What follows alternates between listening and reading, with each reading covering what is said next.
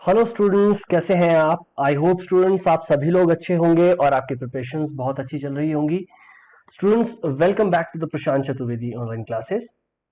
इस लेक्चर में हम इंटरफेरेंस के ऊपर लास्ट लेक्चर कंप्लीट करेंगे students. So let us see कि इंटरफेरेंस में कौन से टॉपिक्स थे जो बचे थे। लास्ट टॉपिक में हमने पढ़ा था स्टूडेंट्स कि किस तरीके से आपके पास इंटरफेरेंस में dark and bright fringes appear होती हैं, फ्रिंज विड्थ क्या होती है, हमने ये देखा था। इसके अलावा हमने कंक्लूजन्स ड्रॉ किए थे कि फ्रिंज विड्थ जो होती है दो डार्क फ्रिंजेस के बीच में या फिर दो ब्राइट फ्रिंजेस के बीच में, वो हमेशा ही सेम होती है। और उस फ्रिंज विड्थ को हम कैसे कैलकुलेट करते हैं उसके लिए मैंने आपको फॉर्मूला दिया था। नाउ स्टूडेंट्स, एक इस तरह की इंटरफेरेंस जिसमें continuously dark and bright fringes आपके पास अपीयर होती है, उसे आप कहते हैं एक प्रॉपर सस्टेन्ड इंटरफेरेंस। कई बार क्या होता है स्टूडेंट्स, जो आपके पास वेव है उनमें मैक्सिमा एंड मिनिमा प्रॉपरली बन नहीं पाता है। तो मैक्सिमा एंड मिनिमा ना अच्छी तरह से ना बनने के कारण आपको इंटरफेरेंस नहीं दिखती, वहां पर जनरल इल्यूमिनेशन दिखती है। तो जहां पर जनरल इल्यूमिनेशन नहीं दिखती स्टूडेंट्स, मतलब प्रॉपर इंटरफेरेंस होती है, उसे आप कहते हैं सस्टेन्ड इंटरफेरेंस। तो इसके लिए क्या क्या कंडीशंस है, let us see. Conditions for sustained interference.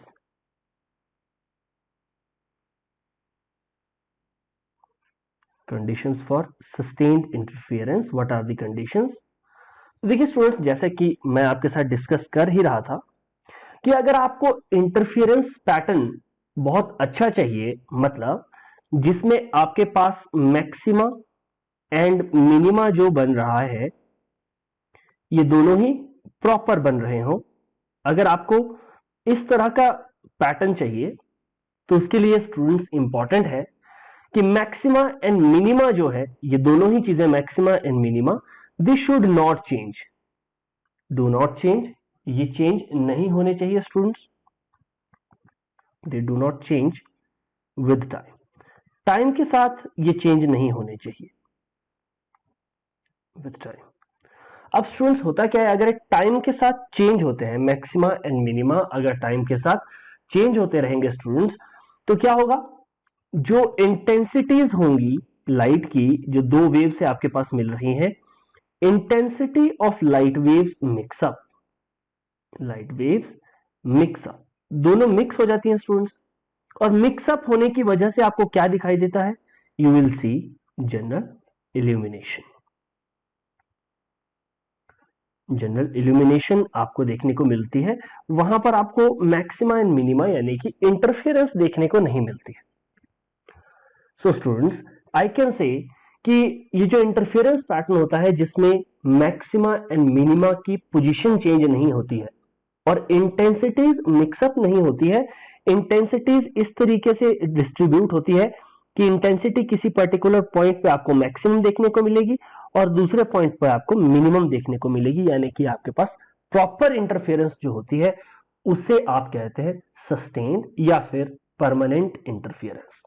I hope students पहले आप ये समझ गए होंगे कि सस्टेन्ड इंटरफेरेंस होती क्या है। अब स्टूडेंट्स इसके लिए कंडीशंस क्या है मैं आपके सामने डिस्कस कर देता हूं कि किस तरीके से आप इंटरफेरेंस को सस्टेन कर सकते हैं, परमानेंट कर सकते हैं।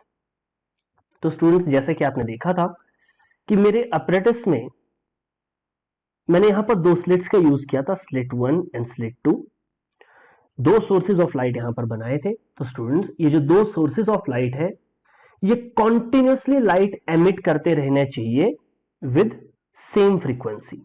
इनकी क्या होनी चाहिए, सेम फ्रीक्वेंसी, या फिर आप जानते हैं सेम वेवलेंथ, कुछ भी बोल लीजिए। इन दोनों से जो लाइट एमिट हो रही है कॉन्टिन्यूसली होनी चाहिए with same frequency. I hope it is clear. Then students, जो दो सोर्सेज ऑफ लाइट है ये होने चाहिए आपके पास कोहेरेंट। मैं ऑलरेडी लास्ट लेक्चर में बहुत डिटेल में डिस्कस करके आया था कि कोहेरेंट सोर्स ऑफ लाइट क्या होता है। देन स्टूडेंट्स, आप जानते हैं कि इंटेंसिटी अगर आपको मैक्सिमम और मिनिमम बनानी है तो इंटेंसिटी आपको याद होगा कि इंटेंसिटी इक्वल होती है I1 plus I2 plus 2 under root I1 I2 cos phi के। और स्टूडेंट्स आप जानते हैं कि इंटेंसिटी प्रोपोर्शनल होती है एम्पलीट्यूड के। तो देखिए अगर आपको मैक्सिमम करनी है इंटेंसिटी तो यहां पर एम्पलीट्यूड जो होनी चाहिए दो वेव्स की वो सेम होनी चाहिए। Amplitudes of two waves must be same. जो दो वेव्स आपके पास इंटरफेयर कर रही है उन दोनों वेव्स के जो एम्पलीट्यूड होने चाहिए स्टूडेंट्स वो बराबर होने चाहिए। देन स्टूडेंट्स जो दो सोर्सेज ऑफ लाइट है S1 एंड S2 इनके बीच में जो गैप है स्टूडेंट्स ये बहुत नैरो होना चाहिए, बहुत नैरो होना चाहिए। और स्टूडेंट्स ये जो आपके पास देखिए मैं कौन से उसकी बात कर रहा हूं, इन दोनों के बीच में जो गैप है वो बहुत कम होना चाहिए D. In the similar manner students ये जो इनके बीच में गैप है ये वाला गैप ये भी बहुत नैरो होना चाहिए। ध्यान रखिएगा ये बहुत नैरो होना चाहिए बेटर कॉन्ट्रास्ट के लिए, क्योंकि आपके पास फिर कॉन्ट्रास्ट अच्छा आएगा। देन स्टूडेंट्स जो वेव्स है स्टूडेंट्स वेव्स दोनों सेम डायरेक्शन में ट्रेवल करनी चाहिए। ऐसा नहीं कि वेव एक डायरेक्शन में मूव कर रही है और दूसरी वेव दूसरी डायरेक्शन में मूव कर रही है तो आपको इंटरफेरेंस पैटर्न प्रॉपर्ली देखने को नहीं मिलेगा। ये मैं ऑलरेडी इंटरफेरेंस के फर्स्ट लेक्चर में डिस्कस करके आया था। देन स्टूडेंट्स जो सोर्स होना चाहिए लाइट का ये मोनोक्रोमैटिक होना चाहिए, हालांकि ये मैं ऑलरेडी डिस्कस कर चुका हूं। इसी को आप कहते हैं कि टू सोर्सेज ऑफ लाइट जो होनी चाहिए वो कोहेरेंट होनी चाहिए, सेम फ्रीक्वेंसी होनी चाहिए या सेम वेवलेंथ होनी चाहिए। तो ये कुछ कंडीशन स्टूडेंट्स जो आपको ध्यान रखनी होगी। तो चलिए आई होप आपको समझ आ गया होगा कि सस्टेन्ड इंटरफेरेंस के लिए क्या कंडीशंस है, सस्टेन्ड इंटरफेरेंस होती कैसे है। नेक्स्ट टॉपिक इसके अंडर स्टूडेंट्स जो नेक्स्ट टॉपिक में डिस्कस करने वाला हूं इस टॉपिक का नाम है इंटेंसिटी डिस्ट्रीब्यूशन, की इंटेंसिटी डिस्ट्रीब्यूट कैसे होते हैं। इंटेंसिटी डिस्ट्रीब्यूशन आप जानते हैं कि इंटेंसिटी डिस्ट्रीब्यूट कैसे हो रही है स्टूडेंट्स, कहीं पर मैक्सिमम है तो कहीं पर इंटेंसिटी जो है वो मिनिमम है। तो कैसे इंटेंसिटी डिस्ट्रीब्यूट होती है लेट अस सी। आप जानते हैं स्टूडेंट्स कि इंटेंसिटी जनरली किसके इक्वल होती है। इंटेंसिटी इक्वल होती है I1 plus I2 plus 2 under root I1 I2 cos of phi के। अब स्टूडेंट्स अगर मैं इसे एम्पलीट्यूड की फॉर्म में लिखना चाहूं तो मैं कह सकता हूं कि इंटेंसिटी इक्वल है A1 का स्क्वायर A2 का square plus 2A1 A2 cos phi. But students अगर आपको जैसे मैंने ऑलरेडी डिस्कस कर दिया सस्टेन्ड इंटरफेरेंस में, अगर आपको सस्टेन्ड इंटरफेरेंस चाहिए तो दोनों का ही जो एम्पलीट्यूड होता है A1 एंड A2 ये कितना होना चाहिए स्टूडेंट्स, ये होना चाहिए A। तो इंटेंसिटी कितनी होगी, इंटेंसिटी होगी A स्क्वायर प्लस 2A और जब दोनों ही सेम डायरेक्शन में है और दोनों के एम्पलीट्यूड सेम है तो ऑलमोस्ट उनके बीच में मैं कह रहा हूं कि कोई फेज डिफरेंस नहीं है, यानी कि cos phi 0। तो स्टूडेंट्स यहां से मैं ये कह सकता हूं कि आपके पास जो फॉर्मूला बन रहा है यहां पर ये क्या बन रहा है, ये बन रहा है अगर मैं कांस्टेंट टाइम कह दूं तो कहने से ये बन जाएगा A प्लस A का होल स्क्वायर लाइक दिस। यानी कि स्टूडेंट्स मैक्सिमम इंटेंसिटी आपके पास आ जाएगी 4 time K square, 4 time K A square, sorry 4 time K A square like this students. और कहने से कि यहां पर इंटेंसिटी जो होगी वो कांस्टेंट होगी। ये कब होगा स्टूडेंट्स, ये होगा मैक्सिमम इंटेंसिटी के लिए। तो मैक्सिमम इंटेंसिटी कितनी आई है मेरे पास 4K A square which is a constant quantity students. ये है मैक्सिमम इंटेंसिटी आपके पास। स्टूडेंट्स कहने से कि यहां पर ये इंटेंसिटी मिनिमम भी हो सकती है। कहने से कि इंटेंसिटी मिनिमम कितनी होगी मैं क्या उसे कैलकुलेट कर सकता हूं। यहां पर आप जानते हैं स्टूडेंट्स यहां पर बनती है आपके पास ब्राइट फ्रिंज सॉरी यहां पर बनती है bright fringe. Then students minimum intensity किसके इक्वल होगी, दोनों के एम्पलीट्यूड सेम है बट वेव्स जो है स्टूडेंट्स वो इंटरफियर कर रही है आपके पास डिस्ट्रक्टिवली, यानी कि crest of one wave is falling on the trough of another wave. तो स्टूडेंट्स कहने से कि उस वक्त मिनिमम इंटेंसिटी कितनी होगी, कांस्टेंट टाइम a माइनस ए का होल स्क्वायर, यानी कि मिनिमम इंटेंसिटी आपके पास कितनी होगी स्टूडेंट्स, ये होगी 0, मिनिमम इंटेंसिटी होगी 0। तो इसीलिए स्टूडेंट्स आपको क्या देखने को मिलेगा कि यहां पर जब मिनिमम इंटेंसिटी होगी यानी कि 0 होगी इंटेंसिटी, 0 इंटेंसिटी का मतलब ही स्टूडेंट्स डार्क फ्रिंज है, तो यहां पर आपको एक परफेक्ट डार्क फ्रिंज दिखाई देगी। अब स्टूडेंट्स अगर मैं यहां पर ग्राफ ड्रॉ करता हूं जिसे आप कहते हैं इंटेंसिटी डिस्ट्रीब्यूशन कर्व, मैं इंटेंसिटी को यहां पर डिस्ट्रीब्यूट कर रहा हूं, तो चलिए यह आपके पास y एक्सिस की और आप इंटेंसिटी कह रहे हैं और x एक्सिस की और आप कह रहे हैं डिस्टेंस। स्टूडेंट्स यहां की और है distance from the centre, distance from the centre x axis की और स्टूडेंट्स यहां की और मैं कह रहा हूं कि ये इंटेंसिटी है, this is intensity y axis की ओर। अब आप जानते हैं स्टूडेंट्स दैट 0 ये रिप्रेजेंट कर रहा है आपके पास सेंट्रल मैक्सिमम। तो जो यहां पर ग्राफ देखने को मिलता है स्टूडेंट्स, ग्राफ कुछ इस तरीके से देखने को मिलता है, यहां पर मैक्सिमा अचीव होता है लाइक दिस, एंड उसके बाद ऑल्टरनेटिवली आपके पास इस तरीके से वेव दिखाई देती है like this, like this.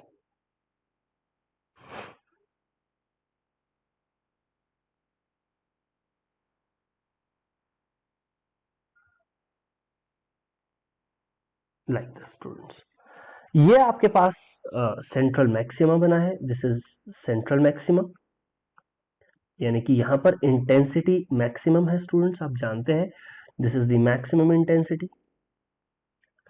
Now students इसके बाद आपके पास बनती है डार्क फ्रिंज, ये आपके पास है फर्स्ट डार्क फ्रिंज, यहां पर क्रिएट हुई है first dark fringe. Then students यहां पर अब आपके पास क्रिएट होगी first bright fringe, this is first bright fringe, और ऑल्टरनेटिवली स्टूडेंट्स इस तरीके से आपके पास फ्रिंजेस क्रिएट होंगी, this is second dark fringe, second dark fringe. Then students this is second bright fringe, ये आपके पास है second bright fringe. In the similar manner students जब आप सेंटर से लेफ्ट की ओर यानी कि सेंटर से नीचे की ओर मूव करते हैं आप ऊपर की ओर, यहां पर इसे भी आप कहते हैं स्टूडेंट्स फर्स्ट डार्क फ्रिंज, ध्यान रखिएगा, ये भी आपके पास है फर्स्ट डार्क फ्रिंज, एंड ये आपके पास फिर से बन जाती है first bright fringe, and so on like this, ये आपके पास फिर से सेकेंड डार्क फ्रिंज बन जाएगी students, and this is second bright fringe. इस तरीके से ये प्रोसेस चलती रहेगी स्टूडेंट्स। अगर मैं यहां की बात करूं तो ये सेंट्रल मैक्सिमा, इसको अगर मैं 0 नाम दे देता हूं या O नाम दे देता हूं, देन स्टूडेंट्स अगर मैं यहां से राइट की ओर मूव करता हूं तो फ्रिंज विड्थ में अगर कैलकुलेट करता हूं तो डार्क फ्रिंज के लिए यहां पर होगा पोजीशन जो होगी इसकी स्टूडेंट्स वो होगी डी लैम्डा बाय 2d, ये आप जानते हैं। देन स्टूडेंट्स यहां पर आपके पास होगी 3d lambda by 2d, and so on, इस तरीके से आगे की ओर चलती रहेगी। इन द सिमिलर मैनर स्टूडेंट्स यहां पर हो जाएगा minus D lambda by 2d, and this is minus 3d lambda by 2d, and so on. Students यहां पर अगर मैं इंटेंसिटी को डिस्ट्रीब्यूट करता हूं तो आप ये कह सकते हैं, इस तरीके से आप इंटेंसिटी को डिस्ट्रीब्यूट कर सकते हैं लाइक दिस।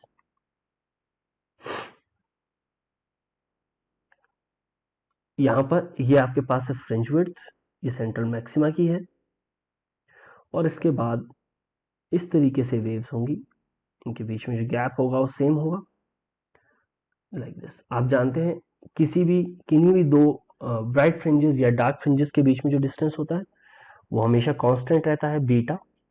जैसे अगर आप यहां की बात करोगे तो ये कांस्टेंट है, this is beta, this is beta.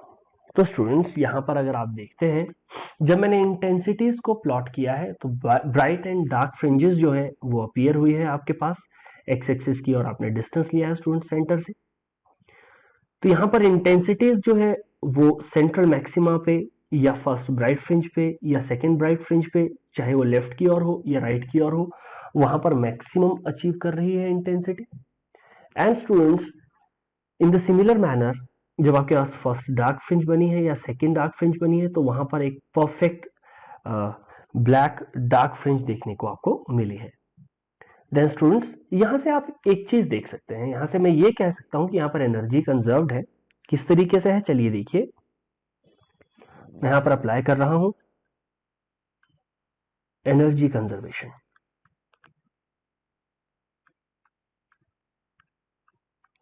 In interference, किस तरीके से इंटरफेरेंस में एनर्जी कंजर्व होती है, एनर्जी कंजर्वेशन इन इंटरफेरेंस।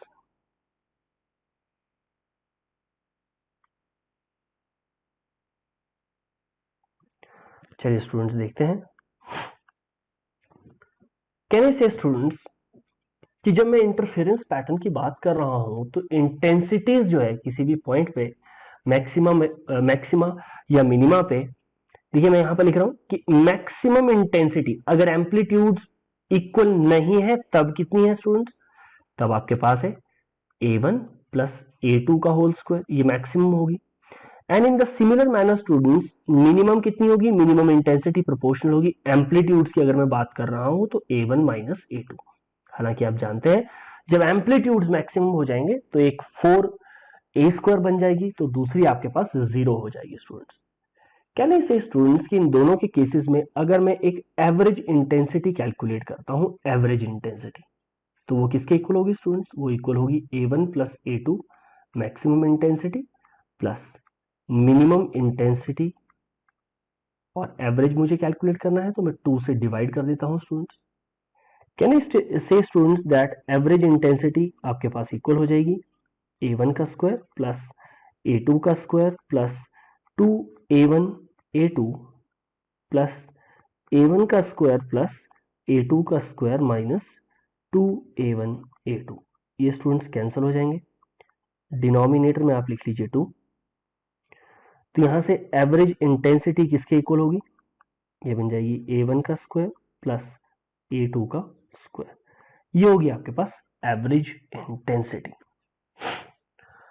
तो स्टूडेंट्स, अगर इंटरफेरेंस नहीं होती, मान लीजिए दो लाइट वेव्स के बीच में इंटरफेरेंस नहीं होती, ध्यान से सुनिएगा, अगर दो वेव्स के बीच में इंटरफेरेंस पैटर्न आपको देखने को नहीं मिलता स्टूडेंट्स, तो कैन आई से कि इंटेंसिटी जो होती हर पॉइंट पे सेम ही देखने को मिलती, जिसको आप जनरल इल्यूमिनेशन कहते हैं।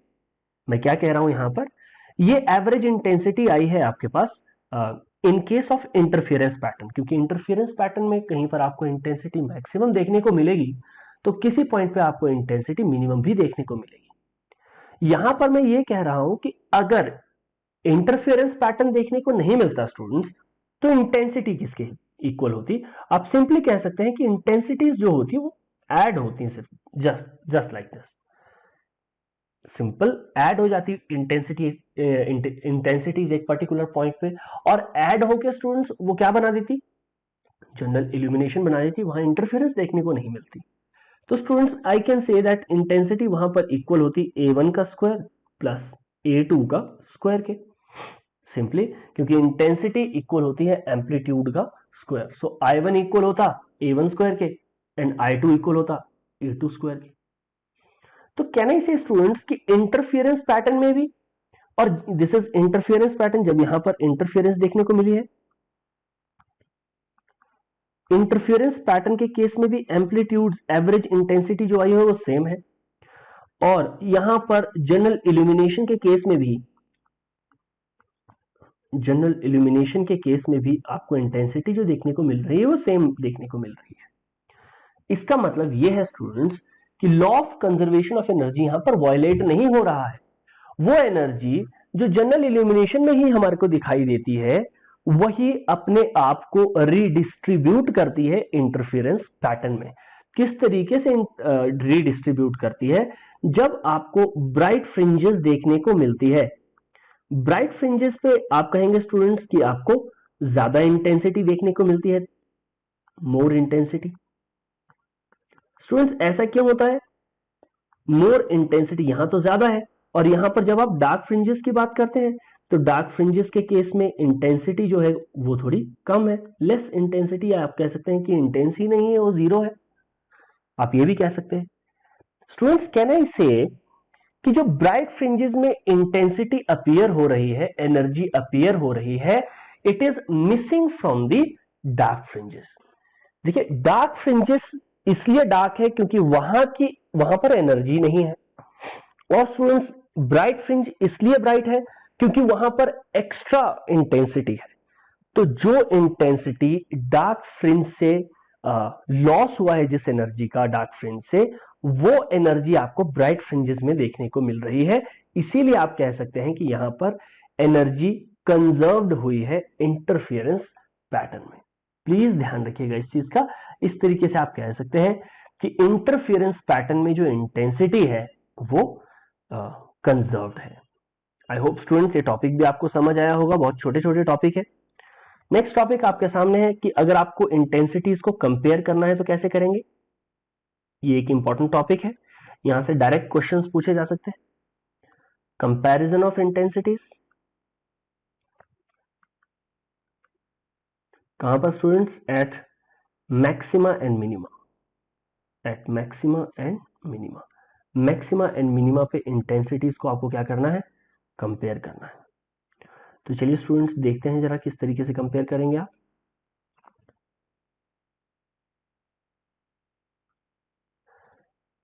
ऑलरेडी मैं डिस्कस करके आ चुका हूं स्टूडेंट्स कि अगर आपको इंटेंसिटी I1 की बात करनी है तो I1 आपके पास प्रोपोर्शनल होता है एम्पलीट्यूड का स्क्वायर के, A1 का स्क्वायर के।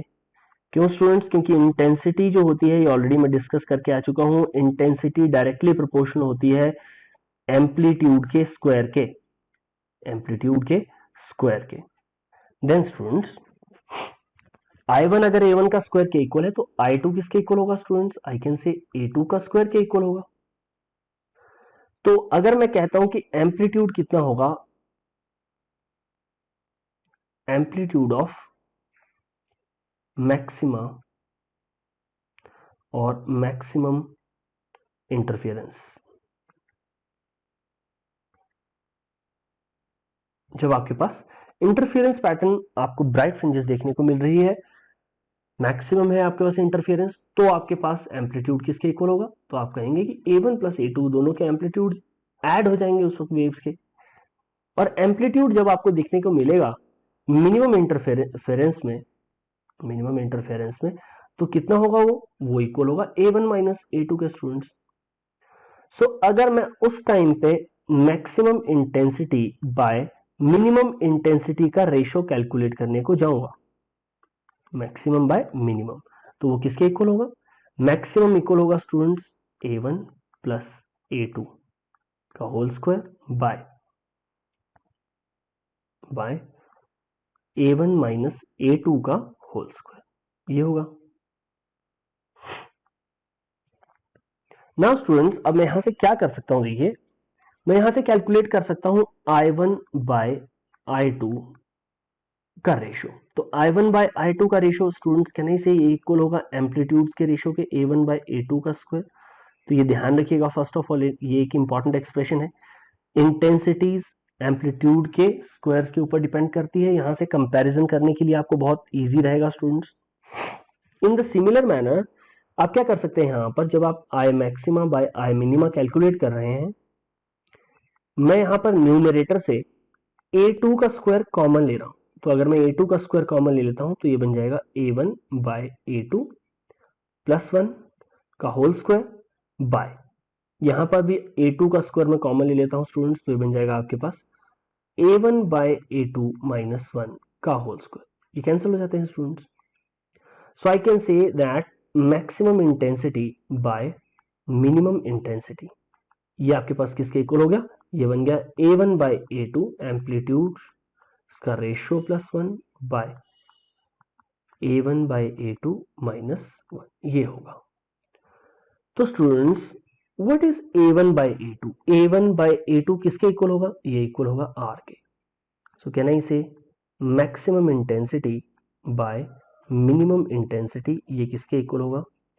ये इक्वल होगा R प्लस 1 बाय r-1 के, r-1 स्क्वायर यहाँ पर, तो यहाँ पर r+1/r-1 का होल स्क्वायर। तो ध्यान रखिएगा स्टूडेंट्स, यहां पर अगर आपको r की वैल्यू को कैलकुलेट करना है, देखिए यहां से r अगर मुझे कैलकुलेट करना है कि r का रेशो क्या होगा,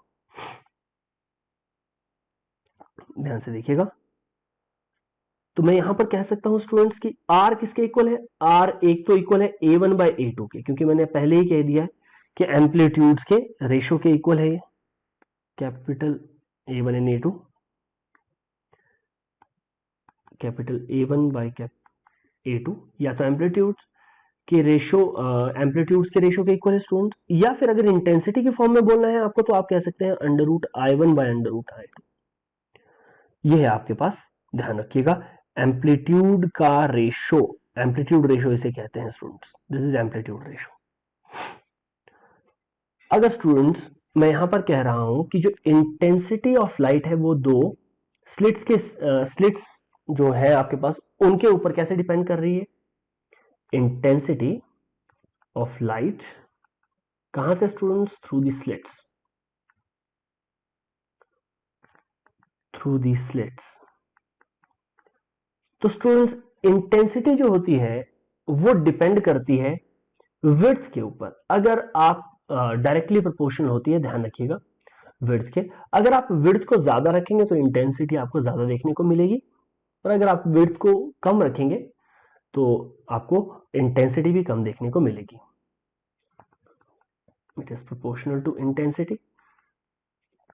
तो स्टूडेंट्स यहां से अगर विड्थ में पहले की W1 कहता हूं और दूसरे सोर्स की W2 कहता हूं, तो ये इक्वल होगा स्टूडेंट्स I1/I2 के, और ये इक्वल हो जाएगा एम्पलीट्यूड का स्क्वायर ऑफ 1, एम्पलीट्यूड का स्क्वायर, ये इक्वल होगा स्टूडेंट्स R²।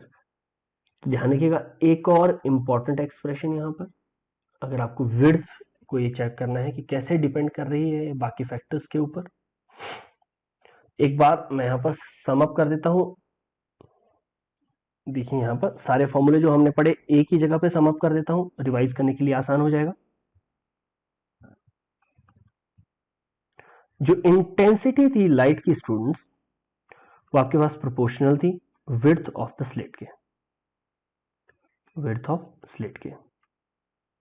देन स्टूडेंट्स जो रेशो था स्लिट्स का, स्लिट की विड्थ का, ये कह सकते हैं आप ज्यादा अच्छा, जो रेशो था स्लिट की विड्थ का वो किसके इक्वल था, W1/W2, जो इक्वल था स्टूडेंट्स I1/I2 के, और I1 इक्वल होता है A1 का स्क्वायर बाय A2 का स्क्वायर के।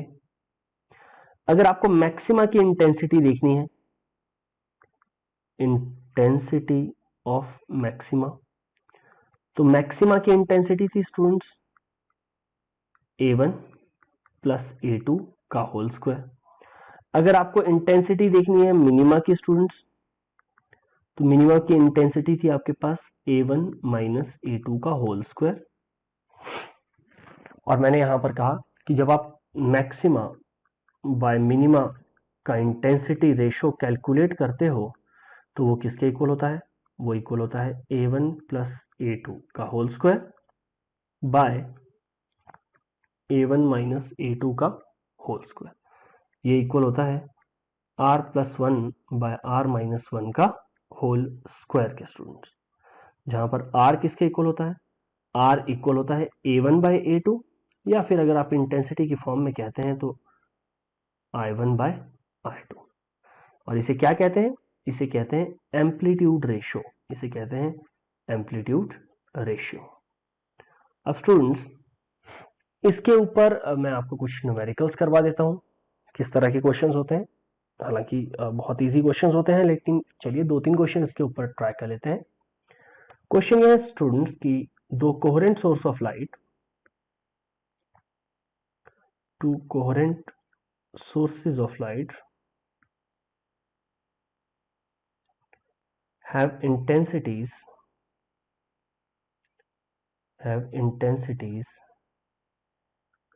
in the ratio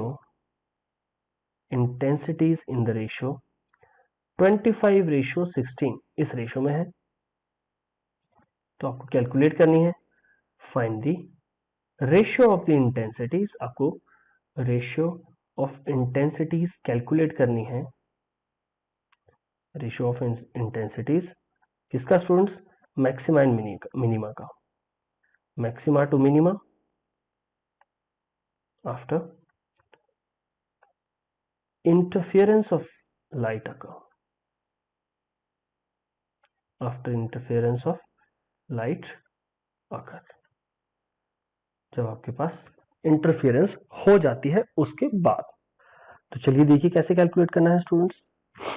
आप जानते हैं कि R इक्वल होता है A1 बाय A2, जो इक्वल होता है under the root I1 bye I2 के सामने ही फॉर्मूला लिखा हुआ है। तो स्टूडेंट्स ये किसके इक्वल हो जाएगा, एम्पलीट्यूड रेशियो, पहले वाले की इंटेंसिटी 25 तो दूसरे वाले की इंटेंसिटी 16 है स्टूडेंट्स। कहने से कि R की वैल्यू है 25/16 यानी कि 5/4।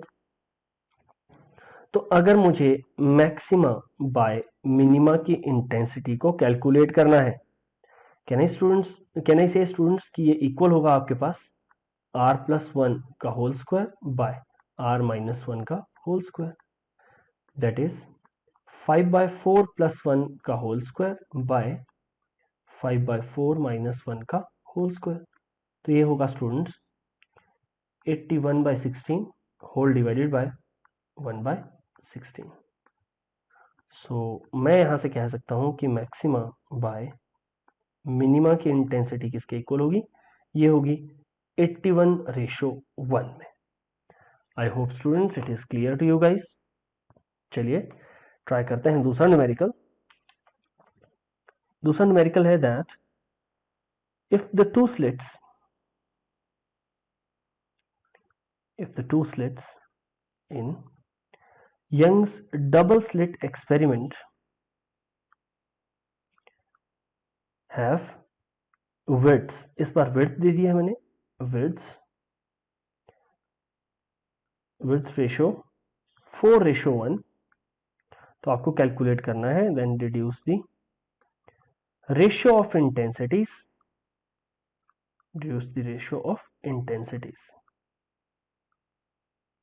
Eight maxima and minima, again same है, एट मैक्सिमा एंड मिनिमा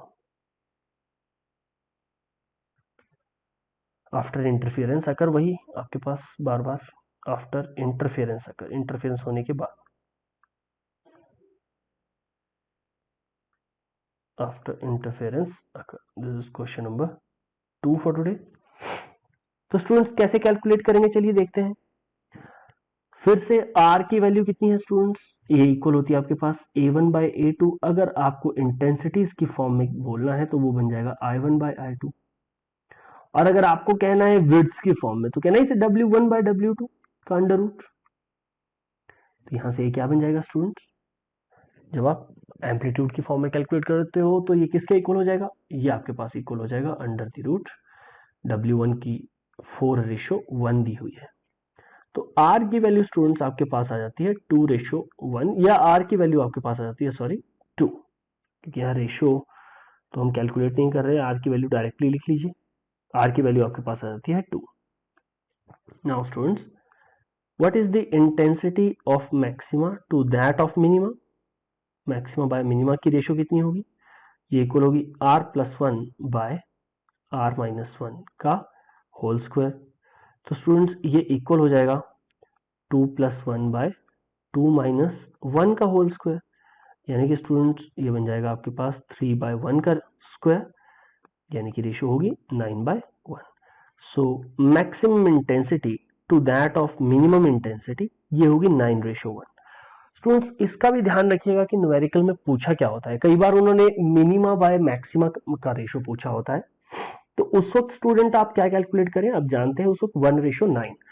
मैं जानता हूं कि ये बहुत छोटी सी मिस्टेक है, लेकिन एग्जाम टाइम में प्रेशर इतना होता है कि उस टाइम आप ये छोटी सी गलती भी कर सकते हैं। तो ये ध्यान दीजिएगा कि अगर इस तरह का क्वेश्चन आता है तो वहां पर मैक्सिमा बाय मिनिमा पूछा है या मिनिमा बाय मैक्सिमा का रेशियो पूछा हुआ है। तो चलिए स्टूडेंट्स नेक्स्ट न्यूमेरिकल है आपके सामने, that the ratio of the intensities of the intensities at minima to maxima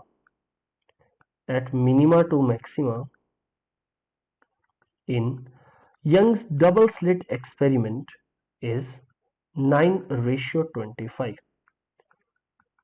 You have to calculate the ratio of the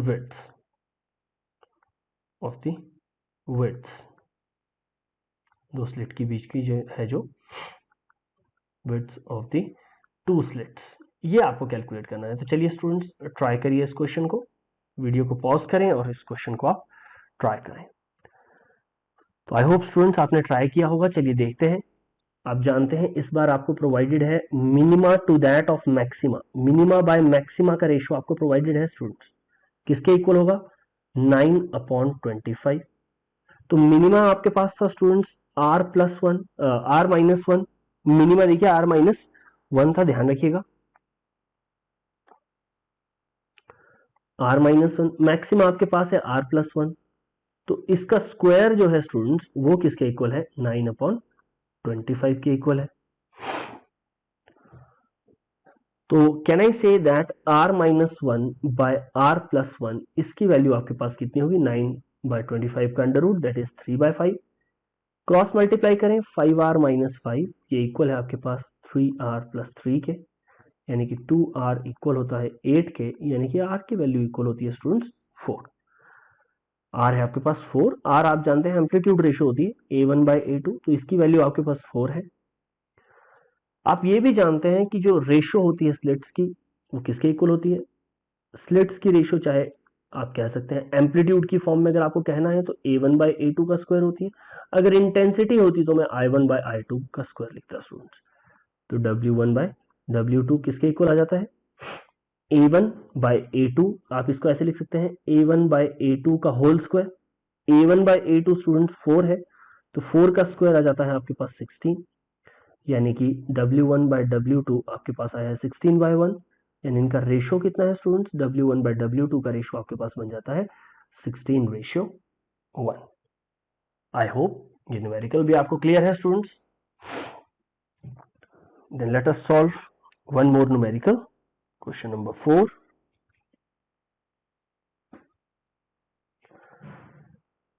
आपको बताना है कि for two coherent sources of light, two coherent sources of light जिनका intensity ratio students, जिनका intensity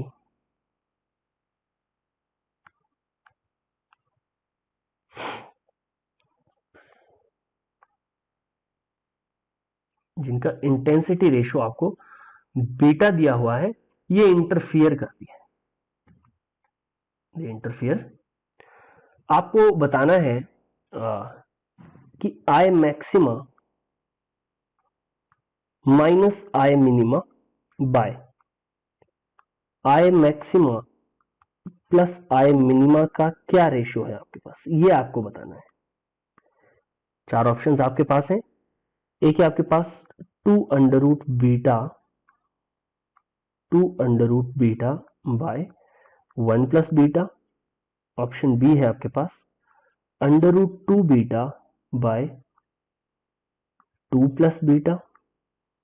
next option आपके पास है √2β bye 1 + beta, या फिर बीटा डिवाइडेड बाय √1 + बीटा। चलिए स्टूडेंट्स वीडियो को पॉज करें और इस क्वेश्चन को आप ट्राई करें। सो आई होप कि आपने क्वेश्चन ट्राई किया होगा। देखिए स्टूडेंट्स, आप यहां पर प्रोवाइडेड ये है कि बीटा इक्वल है इंटेंसिटीज का रेशियो, यानी कि I1/I2। तो स्टूडेंट्स एम्पलीट्यूड की फॉर्म में मैं कह सकता हूं कि ये A1/A2 का स्क्वायर के इक्वल है। Very simple. तो कैन आई से यहां से मैं ये कह सकता हूं कि A1/A2 का स्क्वायर अगर ये इक्वल है बीटा के, तो यहां से एम्पलीट्यूड रेशियो A1/A2 ये कितना आ जाएगा स्टूडेंट्स? ये आ जाएगा √β, जो मुझे हमेशा चाहिए होता है √β। अब आप जानते हैं कि जब आप मैक्सिमम इंटेंसिटी की बात करते हैं तो वो किसके इक्वल थी स्टूडेंट्स? एक constant time a1 plus a2 का होल स्क्वायर के। और आप जानते हैं कि मिनिमा की इंटेंसिटी कितनी थी स्टूडेंट्स? यदि एक constant time a1 minus a2 का होल स्क्वायर के। तो कैन आई से स्टूडेंट्स, यहां से मैं क्या ये कह सकता हूं कि जब मैं यहां पर आई मैक्सिमा माइनस आई मिनिमा यहां पर सब्सटीट्यूट कर लीजिए, दोनों वैल्यूज को सब्सटीट्यूट कर लीजिए, बाय आई मैक्सिमा प्लस आई मिनिमा, वेरी सिंपल। तो ये किसके इक्वल होगा स्टूडेंट्स? ये आपके पास होगा constant time a1 plus a2 का whole square minus constant time a1 minus a2 का whole square by constant time a1 plus a2 का whole square plus constant time a1 minus a2 का whole square. Now students, चलिए k तो cancel हो जाते हैं, यहां पर ओपन कर लेता हूं मैं, तो ये बन जाएगा a1 का स्क्वायर प्लस a2 का स्क्वायर प्लस 2a1 a2, यहां पर बन जाएगा माइनस a1 का स्क्वायर माइनस a2 का square plus 2 time a1 a2 whole divided by, ये बन जाता है a1 का स्क्वायर प्लस a2 का square plus 2 time a1 a2 plus a1 का स्क्वायर प्लस a2 का square minus 2 time a1 a2। ये आपके पास कैंसिल हो जाते हैं और यहां पर न्यूमरेटर में ये वाली टर्म्स कैंसिल हो जाती है। तो कैन आई से students from here that maximum intensity minus minimum intensity by maximum intensity plus minimum intensity, ये किसके पास होता है? ये आपके पास इक्वल हो जाता है 4a1 a2 bye 2 time a1 का स्क्वायर प्लस a2 का स्क्वायर, यानी कि फाइनल आंसर आपके पास आता है 2 time a1 a2 bye a1 का स्क्वायर प्लस a2 का स्क्वायर। नाउ स्टूडेंट्स, आप जानते हैं कि आपको यहां पर चाहिए a1 by a2, a1 by a2। तो a1 बाय a2 आपको तब मिलेगा स्टूडेंट्स अगर मैं यहां पर दोनों न्यूमरेटर और डिनोमिनेटर दोनों को डिवाइड कर देता हूं a2 का स्क्वायर के। यहां पर बन जाता है a1 का स्क्वायर प्लस a2 का स्क्वायर बाय a2 का स्क्वायर। इस इक्वल को आप यहां लिखें,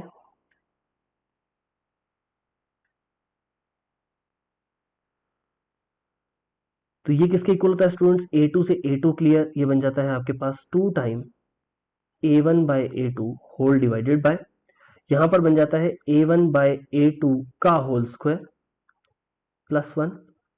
तो ये किसके इक्वल हो जाता है स्टूडेंट्स? ये आपके पास बन जाता है 2 time under root beta by 2 time sorry beta plus 1। देखिए a1 बाय a2 का स्क्वायर यानी कि अंडर रूट बीटा का स्क्वायर यानी कि बीटा। तो फाइनल आंसर जो आपके पास आया है वो आया है 2 time under root beta by beta plus 1। सिर्फ क्वेश्चन को सॉल्व करना है स्टूडेंट्स, कोई बहुत टफ क्वेश्चन नहीं है। I hope it is clear.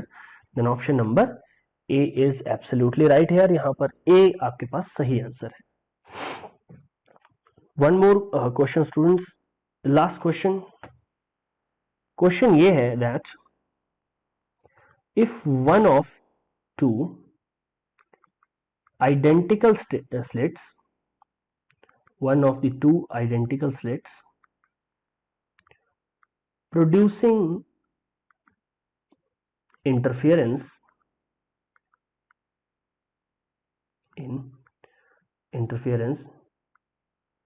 in Young's double slit experiment,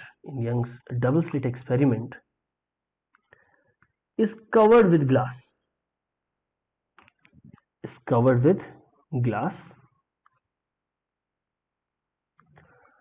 so that the light intensities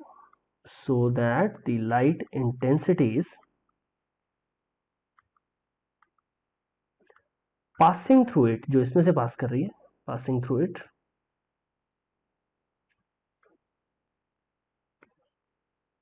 is reduced by 50%, is reduced by 50%, then find the ratio of the maximum intensity, find the ratio of the maximum intensity to that of minimum intensity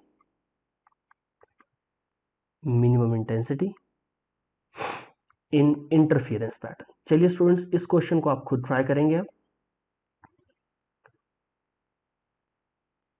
इसको try करिए, interference pattern. This is last question for today, question number 5। तो आई hope students आपने ये try किया होगा question. चलिए check करिए कि आपका आंसर सही है या गलत है। आपको ये दिया है स्टूडेंट्स दैट दोनों को अगर मैं कहूं कि एक की इंटेंसिटी जो है, जैसे I1 की कुछ इंटेंसिटी मान लेते हैं, I2 की कुछ इंटेंसिटी मान लेते हैं, दो इंटेंसिटीज है। आपको ये दिया है कि सेकंड की इंटेंसिटी 50% हो जाती है पहले का, मतलब सेकंड टाइम पे जब दो आइडेंटिकल स्लिट से इंटरफेरेंस प्रोड्यूस कर रही है यंग्स डबल स्लिट एक्सपेरिमेंट में, और उसमें से एक को कवर कर दिया गया है। तो जब एक को ग्लास से आपने कवर कर दिया है तो उस वक्त आपके पास क्या हो रहा है, जो इंटेंसिटीज है जो उसमें से पास कर रही है, जिसको आपने कवर किया है, वो 50% रिड्यूस हो गई है। यानी कि स्टूडेंट्स I2 कितना हो गया है, I2 हो गया है आपके पास 50% ऑफ I1, मतलब शुरू में जितना था उसका 50% हो गया है। तो यहां से मैं ये कह सकता हूं कि I2 इज इक्वल टू, अगर परसेंटेज हटा देता हूं तो 50/100 ऑफ I1। तो यहां से मैं ये कह सकता हूं कि I1/I2 ये आपके पास कितना होता है, ये बन जाता है 2। Give it equation number 1 students. अब आप जानते हैं कि R किसके इक्वल होता है, एम्पलीट्यूड की फॉर्म में A1/A2 और इंटेंसिटीज की फॉर्म में √I1/I2। तो यानी कि R की वैल्यू आपके पास आ जाएगी √I1/I2 यानी कि 2। तो R की वैल्यू √2 आ गई है, ध्यान रखिए। गिव इट इक्वेशन नंबर 2, इसका ध्यान रखिए। अब आपको कैलकुलेट करना है students maximum intensity to that of minimum intensity. ये किसके इक्वल होता है, अकॉर्डिंग टू फॉर्मूला ये आपके पास होता है R+1/R-1 का होल स्क्वायर। यानी कि स्टूडेंट्स ये बन जाता है √2+1/√2-1 का होल स्क्वायर। √2 की वैल्यू स्टूडेंट्स आपके पास होती है 1.414 प्लस 1 डिवाइडेड बाय 1.414 माइनस 1 का स्क्वायर। तो स्टूडेंट्स ये आपके पास इक्वल हो जाती है 2.414 बाय 0.414 का होल स्क्वायर। इसे मैं और छोटा कर सकता हूं स्टूडेंट्स, इसे मैं लिख रहा हूं सिर्फ 2.4 का स्क्वायर, और डिनोमिनेटर में लिख रहा हूं सिर्फ 0.4 का स्क्वायर। तो लगभग 2.4 का स्क्वायर आपके पास हो जाता है 5.76 और 0.4 का स्क्वायर आपके पास हो जाता है 0.16। यानी कि ये आपके पास बन जाता है 576 डिवाइडेड बाय 16। अगर आप इसको कैंसिल करते हैं स्टूडेंट्स तो ये आपके पास बन जाता है लगभग 16 4 या 3 16 3 48 9 6 16 तो ये आपके पास बन जाता है 16 16 तो लगभग 36% आपके पास आंसर आ गया है, या लगभग 5 के करीब आएगा, 35% इतना आ रहा है आपके पास। तो आप अप्रोक्सीमेटली इसको परसेंटेज की फॉर्म में अगर लिख रहे हैं तो आंसर होगा 35%। 35% is the right answer. I hope students it is clear to you guys. तो इस तरीके से आप क्वेश्चंस इनको कर सकते हैं। नेक्स्ट टॉपिक आपके पास है, एक इंपॉर्टेंट टॉपिक है, 1 नंबर का क्वेश्चन यहां से बन सकता है। क्वेश्चन आपके पास है interference pattern with white light.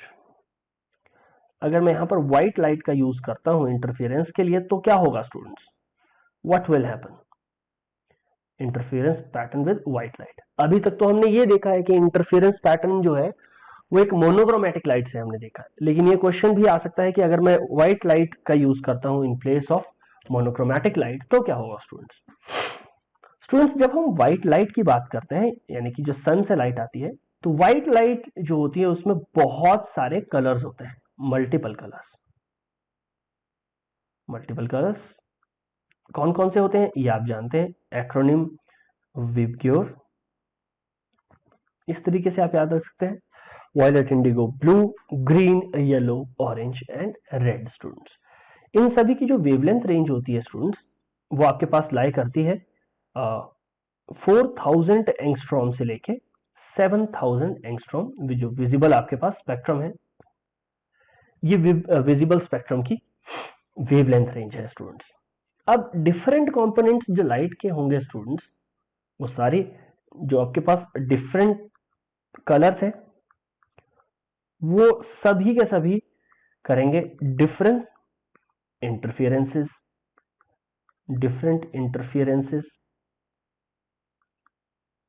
अब स्टूडेंट्स क्या होगा, जो सेंटर होगा स्क्रीन का, मैं बात कर रहा हूं सेंट्रल मैक्सिमा की, फिर से पाथ डिफरेंस जो होगा वहां पर वो कितना होगा स्टूडेंट्स, वहां पर पाथ डिफरेंस जो होगा इन सभी की वजह से वो होगा 0। सेंटर पे, एट सेंटर पे सभी वेव्स की वजह से जो पाथ डिफरेंस होगा वो स्टूडेंट्स कितना होगा, वो होगा आपके पास 0। तो कहना इसे स्टूडेंट्स कि जो ब्राइट फ्रिंजेस है वो सारी की सारी वहां पर ओवरलैप कर जाएंगी। इसीलिए स्टूडेंट्स आपको जो सेंटर होगा या सेंट्रल फ्रिंज जो आपको देखने को मिलेगी, सेंट्रल फ्रिंज वो किस कलर की देखने को मिलेगी, वो देखने को मिलेगी व्हाइट की, कि सारी वेव्स वहां पर इंटरफियर हो रही है। अब स्टूडेंट्स अगर आप सेंटर से इधर उधर जाते हैं, यानी कि फ्रिंज विड्थ अगर आपको चेक करनी है, तो आप जानते हैं फ्रिंज विड्थ आपके पास इक्वल थी डी लैम्डा बाय डी के। अगर मैं डी एंड डी इन दोनों को कांस्टेंट रखता हूं students, distance between the slits and distance between the slit and photographic plate, अगर उसको कांस्टेंट रखता हूं तो बीटा यहां से डायरेक्टली प्रोपोर्शनल होता है लैम्डा के, यानी कि जिसकी वेवलेंथ आपके पास ज्यादा होगी उसकी फ्रिंज विड्थ ज्यादा होगी स्टूडेंट्स। जिसकी आपके पास फ्रिंज विड्थ लेस होगी उसकी वेवलेंथ भी वो तभी फ्रिंज विड्थ तभी लेस होगी अगर आपके पास लैम्डा यानी कि वेवलेंथ लेस है। तो आप जानते हैं स्टूडेंट्स कि जब आप वेवलेंथ बात करते हैं वॉयलेट कलर की, वो बहुत सबसे कम होती है, इट इज द मिनिमम किसी भी कलर के कंपैरिजन में। तो स्टूडेंट्स आपको जो सेंट्रल व्हाइट फ्रिंज है, अगर इसको मैं कहता हूं सेंट्रल व्हाइट फ्रिंज, इस सेंट्रल व्हाइट फ्रिंज के सबसे नजदीक जो आपको देखने को मिलेगी स्टूडेंट्स, वो कौन सी फ्रिंज होगी, वो होगी वॉयलेट कलर की। वॉयलेट कलर की फ्रिंज आपको इसके बाद देखने को मिलेगी स्टूडेंट्स, ध्यान रखिएगा दोनों ही साइड को, चाहे यहां की और बात कर लीजिए सेंट्रल मैक्सिमा के ऊपर या फिर सेंट्रल मैक्सिमा के डाउनवर्ड, ये आपको वायलेट कलर की दिखेगी। और स्टूडेंट्स बाकी इस तरीके से दिखेगी इसी ऑर्डर में 1 2 3 4 5 6 एंड लास्ट वाली जो आपको देखने को मिलेगी स्टूडेंट्स, आप जानते हैं कि लैम्डा जो है आर का वो सबसे ज्यादा है, तो लास्ट आपको देखने को मिलेगी रेड कलर की, ध्यान रखिएगा ये आपके पास रेड कलर की फ्रिंज लास्ट में देखने को मिलेगी। तो इस तरह का इंटरफेरेंस पैटर्न आपको देखने को मिलेगा students. I hope it is clear to you guys कि जब हम व्हाइट लाइट यहां पर यूज कर लेते हैं तो क्या फर्क पड़ता है इंटरफेरेंस को, इट इज क्लियर। तो स्टूडेंट्स ये थे कुछ टॉपिक्स जिनको मैंने आपके सामने यहाँ पर डिस्कस किया है। आई होप आपको इंटरफेरेंस जो है वो समझ आई होगी। इंटरफेरेंस एक बहुत ही इंपॉर्टेंट फिनोमिनन है स्टूडेंट्स, यहाँ से क्वेश्चन पूछा जा सकता है। बेसिकली यहाँ से एक थ्योरी का ही क्वेश्चन आ सकता है, जिस तरीके से मैंने लास्ट टॉपिक करवाया है, या बहुत छोटे छोटे टॉपिक्स करवाया कि कोहेरेंट सोर्सेज ऑफ लाइट क्या होते हैं, फ्रिंज विड्थ क्या होती है, बहुत सारे छोटे छोटे क्वेश्चंस यहाँ से देखने को मिल जाते हैं। तो यहाँ पर इंटरफेरेंस होता है खत्म। नेक्स्ट लेक्चर में आपके लिए लाने वाला हूँ डिफ्रैक्शन का, और उसके बाद पोलराइजेशन। 2 लेक्चर्स यहाँ पर रहेंगे। डिफ्रैक्शन एक लेक्चर में डिफ्रैक्शन कंप्लीट करूंगा स्टूडेंट्स, तो दूसरे लेक्चर में मैं कंप्लीट करूंगा पोलराइजेशन। एंड इसी के साथ हमारी वेव ऑप्टिक्स अब खत्म होती है। तो चलिए मिलते हैं स्टूडेंट्स नेक्स्ट लेक्चर में, तब तक अपना ध्यान रखिए, धन्यवाद।